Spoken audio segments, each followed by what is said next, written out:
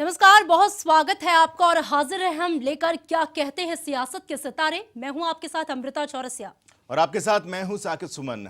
बस कुछ घंटों का इंतजार है जब स्थिति साफ हो जाएगी कि आखिर किसे राजयोग मिलेगा। लेकिन सवाल ये उठता है कि अगर गणित के हिसाब से देखें, आंकड़ों के हिसाब से, नंबर के हिसाब से देखें तो राजयोग किसके पक्ष में जाता नजर आता है। आज चर्चा इसी पर करेंगे। बिल्कुल, एग्जिट पोल ने चाहे जो भी नतीजे दिए हों, लेकिन एक वर्ग यानी ज्योतिष शास्त्र क्या कहता है, अंक गणित क्या कहता है, किसका सितारा कहां फिट बैठेगा, ये देखना भी बहुत जरूरी है।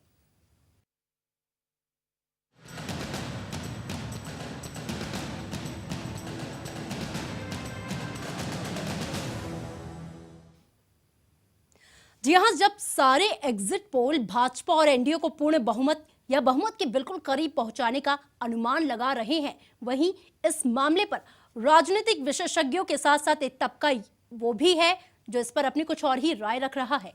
और देश में अगली सरकार किसकी होगी, उनकी तरफ से भी जानने की हम कोशिश करेंगे।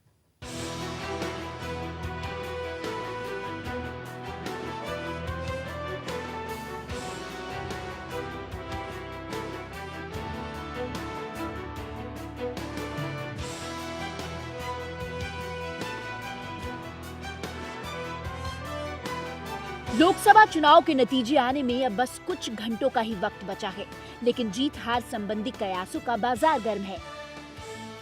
ऐसा करने वालों में सिर्फ आम लोग और चुनावी विश्लेषक ही नहीं है, बल्कि एक जमात और भी है। ये जमात है ज्योतिषों की। देश भर के हजारों ज्योतिषी दावा करने में जुटे हैं कि अमूक पार्टी या अमूक कैंडिडेट की जीत होगी। हालांकि खास बात यह है कि ज्योतिषों का अनुमान चुनावी विश्लेषकों के अनुमान के ठीक उलट है। ज्यादातर चुनावी विश्लेषक जहां नरेंद्र मोदी की अगुवाई में एनडीए की सरकार बनने की बात कर रहे हैं, वहीं ज्योतिषों का दावा है कि मोदी या भाजपा की जीत नहीं होगी। इनका ये भी कहना है कि इस चुनाव में किसी पार्टी की जीत आसान नहीं होगी। कांग्रेस और भाजपा दोनों पर 7.5 का प्रभाव है। कुछ ज्योतिषी ये भी कह रहे हैं कि ऐसा होने की वजह से इस बार का चुनाव काफी मजेदार और उलटफेर वाला हो सकता है। उनकी माने तो एनडीए को 200 से 220 के करीब सीटें मिल सकती हैं और यूपीए 130 सीटों पर सिमट सकता है। वो ये भी कह रहे हैं कि 16 मई तक का इंतजार कीजिए, चौंकाने वाले नतीजे आएंगे। भाजपा के नेतृत्व में अगली सरकार का बनना इतना आसान साबित नहीं होगा, लेकिन क्या वाकई इन दोनों ही पार्टियों के लिए ये राह आसान नहीं है, ये देखना होगा। Bureau report, focus TV Haryana. तो जी हाँ, कुल मिला के ज्योतिष शास्त्र क्या कहता है, अंक गणित क्या कहता है और सियासत के सितारे क्या कहते हैं, इसी पर करेंगे हम आज चर्चा। हमारे साथ खास मेहमान मौजूद हैं, कुरुक्षेत्र से एस्ट्रोलॉजर हैं हमारे साथ रमेश शास्त्री जी, बहुत स्वागत है। साथ ही स्टूडियो में, नोएडा स्टूडियो में हमारे साथ मौजूद हैं उग्रसेन एलनावादी जी, जो कि न्यूमरोलॉजिस्ट हैं, आपका भी बहुत स्वागत है। सबसे पहले उग्रसेन जी, आपसे मेरा प्रश्न है, 16वीं लोकसभा के नतीजे कल आने वाले हैं, ऐतिहासिक नतीजे कई मायनों में से कहा जा रहा है। क्या कहता है देश का भविष्य और सितारों की चाल क्या है अंक गणित के हिसाब से? मैं अंक गणित में आपको यह कह सकता हूं कि हमारा देश आज़ाद हुआ था 15 अगस्त 1947।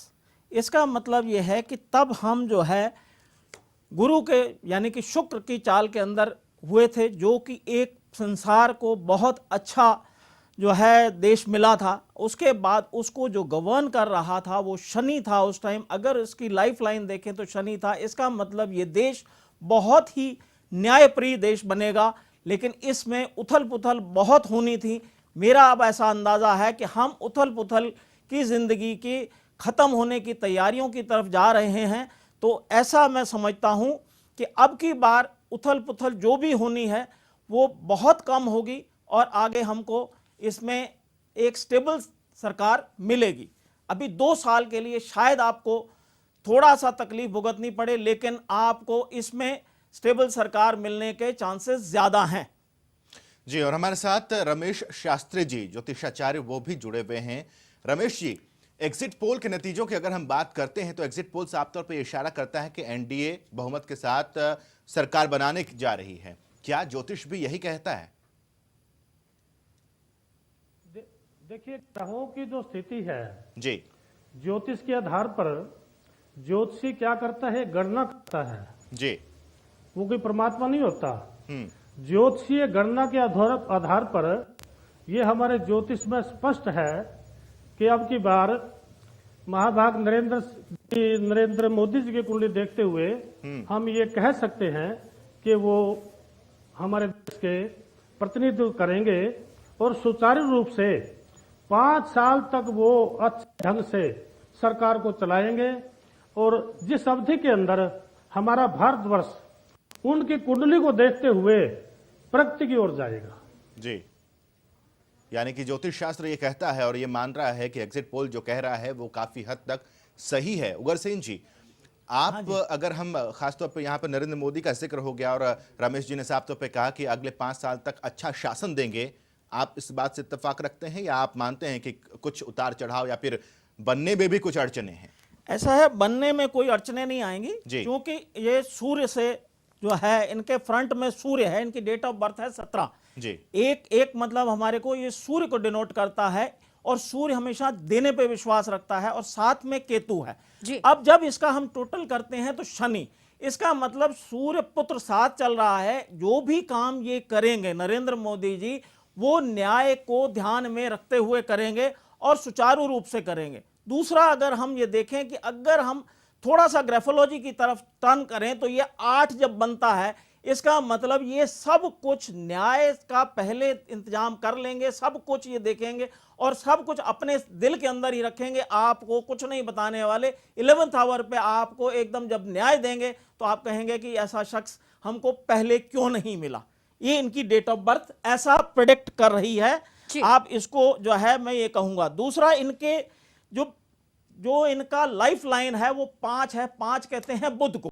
बुध भी एक दिमाग का सूचक है और ये हर काम दिमाग से करेंगे और सबको साथ ले जाने की प्रक्रिया के साथ ही ये अपना जो है डिसीजन देंगे और सबको खुश रखने का इनका पूर्ण कैपेबिलिटीज इसके अंदर हैं, ऐसा मेरा मानना है। सब कुछ सकारात्मक नजर आ रहा है। लेकिन उग्रसेन जी, स्थायित्व की अगर बात करें, एनडीए कह रहा है कि एक मजबूत और स्थिर सरकार मिलेगी, जबकि यूपीए से खारिज कर रहा है।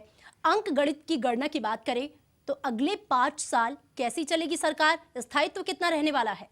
जहां तक स्थायित्व की बात है तो अगले 2 साल, खास तौर पे 2 साल मैं ये कहूंगा कि इस सरकार को कोई तकलीफ नहीं आने वाली। 2 साल के बाद जैसे ही ये अंदर मतलब तीसरे साल में प्रवेश करेंगे, थोड़ी उथल पुथल होगी क्योंकि वहां पे इनको शनि और सूर्य का आपस में टकराव होगा, लेकिन उसको ये बड़ी जल्दी ओवरकम कर जाएंगे। फिर मेरा ऐसा मानना है उसके बाद इनको कोई नेवर लुकिंग बैक वाली स्टेज आ जाएगी। और रमेश शास्त्री जी, एक मेरा सवाल आपसे ये कि ग्रह नक्षत्रों की अगर चाल की बात की जाए, वो चाल क्या इंडिकेट कर रही है? क्या भाजपा और नरेंद्र मोदी के लिए राह आसान होते नजर आ रहे हैं? देखिए, छोटी मोटी आपदाएं तकलीफें तो कोई भी सरकार बनती है जी, उनके अंदर छोटी मोटी तकलीफ तो चलती है, परंतु यहाँ नरेंद्र मोदी जी का जो वृश्चिक लगन है और लगन का जो स्वामी मंगल है, लग्नेश को मैं ज्योतिष से ये प्रार्थना करता हूँ, लग्नेश की परिभाषा बड़ी महान होती है। लग्नेश एक मकान की नींव होती है।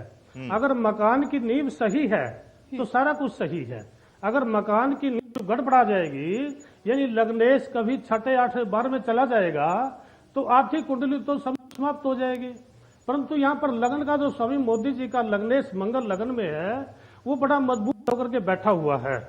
दूसरे, भाग्येश जो चंद्रमा है, ये काफी मैं आज टीवी पर भी देख चुका हूँ, भाग्येश चंद्रमा इनका लगन में नीच का होकर बैठा है और अब की बार इस वर्ष का राजा भी चंद्रमा है और मंत्री भी चंद्रमा है। तो भाग्येश की परिभाषा बहुत लंबी होती है। मैं यहाँ एक बात और कहना चाहूंगा कि स्त्री वर्ग का सहारा तो इनको लेना पड़ेगा, चाहे वो ममता बनर्जी हो, चाहे वो मायावती हो, चाहे वो सुषमा स्वराज हो या वो किसी पार्टी से संबंध रखती हो, स्त्री वर्ग का सहारा तो इनको लेना पड़ेगा। और इनकी जो जन्म कुंडली है उसके आधार पर स्त्री वर्ग इनका राजनीति के अंदर बहुत बड़ा योगदान भी करेगी। ठीक है। लेकिन रमेश जी, जिस बात का आपने यहाँ पर जिक्र कर दिया, बहुत अहम बात आपने कह दी कि स्त्री वर्ग का सहयोग लेना पड़ेगा, लेकिन आसार तो नजर नहीं आ रहे। जयललिता नजर नहीं आ रही साथ देते हुए, ममता बनर्जी नजर नहीं आ रही। अगर ये जादुई आंकड़े से पीछे रह जाती है बीजेपी और जो एनडीए में अभी घटक दल शामिल हैं, क्या ये बाकी दलों को साथ ले पाएंगे, खास तौर पर स्त्री वर्ग वाली पार्टी को?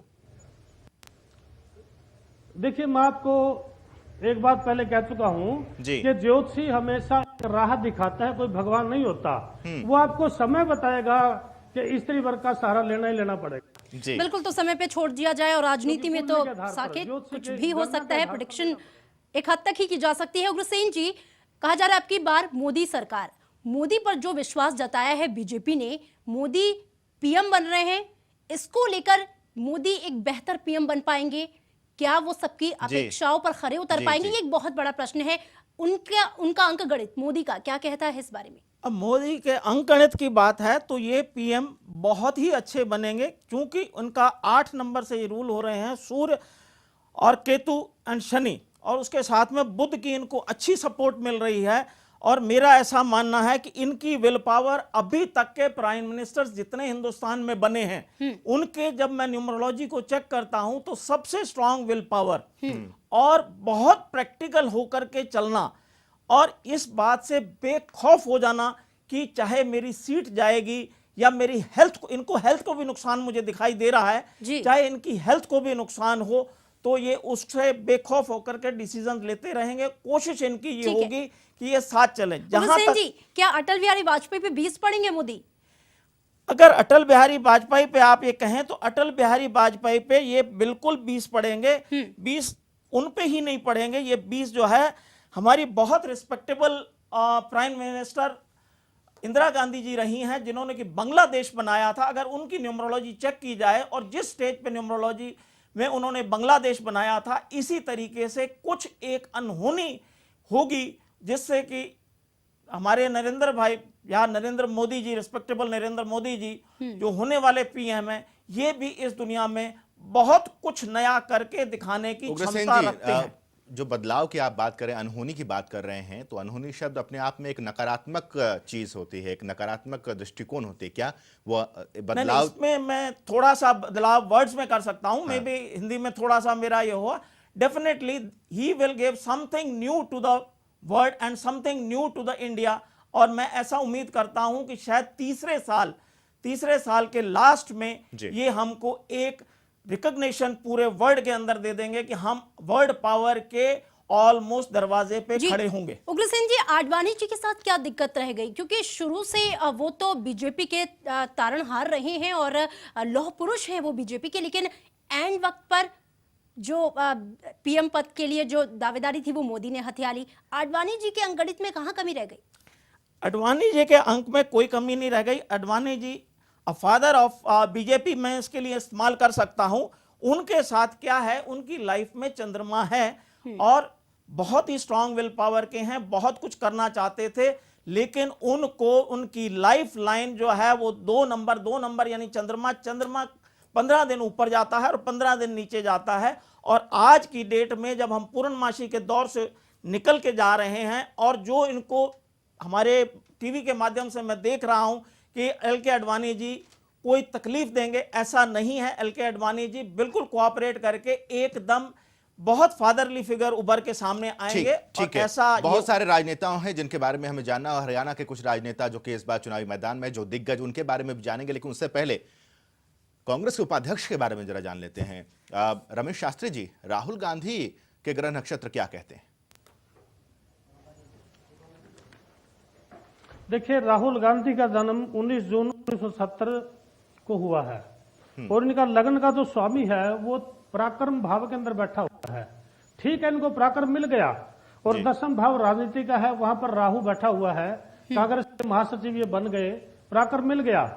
परंतु 10th भाव का जो स्वामी शनि है वो 12वें भाव नीच राशि में चला गया, तो मैं नहीं कह सकता कि अभी ये प्रधानमंत्री बनेंगे की दृष्टि से। ठीक है उग्रसेन जी, राहुल गांधी ने 2004 से अपना राजनीतिक करियर शुरू किया, लेकिन इन 10 सालों में कोई बहुत बड़ा करिश्मा नहीं कर पाए। जो उम्मीद उनसे पूरी कांग्रेस कर रही थी, यूपीए उनको अपना अगला नेता के रूप में कहीं ना कहीं दबी जुबान से ही सही कह भी रहा था, देख भी रहा था। तो हमारे अंकगणित के हिसाब से ऐसा है कि इनका जो है डेट ऑफ बर्थ 19 है, बहुत अच्छी डेट ऑफ बर्थ है 19, लेकिन जब उसका पूरा अंकगणित करते हैं 19/6/1970 तो जाके बाद में ये जो है 5 नंबर पे अटकते हैं। 5 बुध का है और बुध उनके नाम राशि को सपोर्ट नहीं करता। देखने में वो विल पावर बहुत स्ट्रांग है, लेकिन जैसा कि 5 आप देखते हैं कि ऐसा है तो वो अपने कॉन्फिडेंस को बार बार लूज कर जाते हैं। मैं भी शास्त्री जी से ये सहमत हूं कि इनका नियर फ्यूचर प्राइम मिनिस्टर बनने का अभी तो दिखाई नहीं देता। शायद 8-10 साल बाद कुछ ऐसा मौका चेंज इंतजार आता इसका है मतलब तो अभी देखेंगे। लंबा है। हाँ और जी, सफर बड़ा केजरीवाल लंबा जी की है। बात की जाए तो उनका अंक गणित क्या कहता है, क्योंकि उन्होंने तो दिल्ली में धमाका किया, लेकिन लोकसभा में क्या धमाका कर पाएंगे? वाराणसी की सीट तो कम से कम प्रेडिक्शन कह रहा है कि उनके हाथ से जा रही है। देखो जी, प्रेडिक्शन जहां तक कह रही है, मैं आपसे पहले भी बता रहा हूं कि इस साल जो भी इलेक्शन लड़ेंगे, जो भी काम करेंगे, वो उनको उल्टे ही जाएंगे। वो किसी भी लाइन में सक्सेसफुल नहीं हो पाएंगे। लास्ट ईयर अगर उन्होंने मेंबर पार्लियामेंट इलेक्शंस अगर लास्ट ईयर घोषित हो गए होते और उन्होंने इलेक्शन लड़ा होता तो इसी सीट से वो जीत सकते थे। लेकिन इस बार मेरे को ऐसा लगता है कि जीतना तो दरकिनार, शायद वो अपनी जमानत बचाने में कामयाब हो जाएं, ऐसी मेरी दुआ है उनसे। चलिए हरियाणा की जरा रुख करते हैं और हरियाणा के तमाम दिग्गजों की अगर हम बात करें तो जिस तरीके से मुख्यमंत्री के सपुत्र यहाँ पर चुनाव लड़ते हुए नजर आ रहे हैं, दीपेंद्र हुड्डा के बारे में जानना चाहूंगा। रमेश शास्त्री जी, उनका ग्रह नक्षत्र क्या कहता है? इस बार के चुनाव में बेड़ा पार लगेगा या फिर अड़चने हैं? मैं नहीं बोलूं। हाँ, देखिए ऐसा है, हुड्डा जी की कुंडली मेरे पास नहीं है जी। और मैं काफी दिन से ये भविष्यवाणी करता था, परंतु जो आने वाला समय है किसी भी राजनीतिक बंदे का, उसके विषय में कोई भविष्यवाणी मैं नहीं करूंगा। क्योंकि अगर हम भविष्यवाणी कोई कर देते हैं, अगर हम सटीक भविष्यवाणी कर देते हैं तो हमें कोई प्राइज नहीं मिलता। अगर हमारी झूठी हो जाती है तो हमारे को लानत मिल जाती है। तो उनकी कुंडली मेरे पास नहीं है, इसके लिए मैं क्षमा चाहूंगा। मैं हुड्डा जी के बारे में कुछ भी वक्तव्य अपना नहीं। ठीक है, हरियाणा के जो राजनीतिक दिग्गज हैं उनके लिए हम उग्रसेन जी का रुख करेंगे। दीपेंद्र हुड्डा के लिए उनका अंक गणित उनके लिए राह कितनी आसान बना रहा है, जबकि रोहतक में इस बार फाइट जो है वो काफी कांटे की है। देखिए, जहां तक दीपेंद्र हुड्डा जी का सवाल है, मैं नाम के बिना अगर आपको बोलूं तो 4 जनवरी 1978 जैसा कि मैंने इंटरनेट से डेट ऑफ बर्थ निकाली है उसके हिसाब से ये लगता है, और इनके अंकगणित के हिसाब से मैं ये चलूं तो ये इनको ये सीट अब की बार जीतनी चाहिए। बाकी परमात्मा बहुत बड़ी चीज़ है, उस पर विश्वास रखें। क्यों ज़्यादा किसी के बारे में पर्टिकुलरली कह देना, जैसा शास्त्री जी ने कहा कि जानते होते हैं, लेकिन फिर भी आदमी ग्रहों की दशा के साथ साथ बहुत कुछ होता है। मैं इनको जीत की बधाई देने के लिए बिल्कुल तैयार बैठा हूं। रमेश शास्त्री जी, लेकिन ठीक है, आप पर्टिकुलर किसी नेता के बारे में नहीं कहना चाह रहे, उम्मीदवार के बारे में नहीं कहना चाह रहे, लेकिन हरियाणा में कांग्रेस की स्थिति तो आप बता पाएंगे। पिछली बार 9 सीटें, 10 में से 9 सीटें कांग्रेस के पास रही हैं। इस बार क्या कहता है ज्योतिष? देखिए, हरियाणा की जो कुंडली है जी,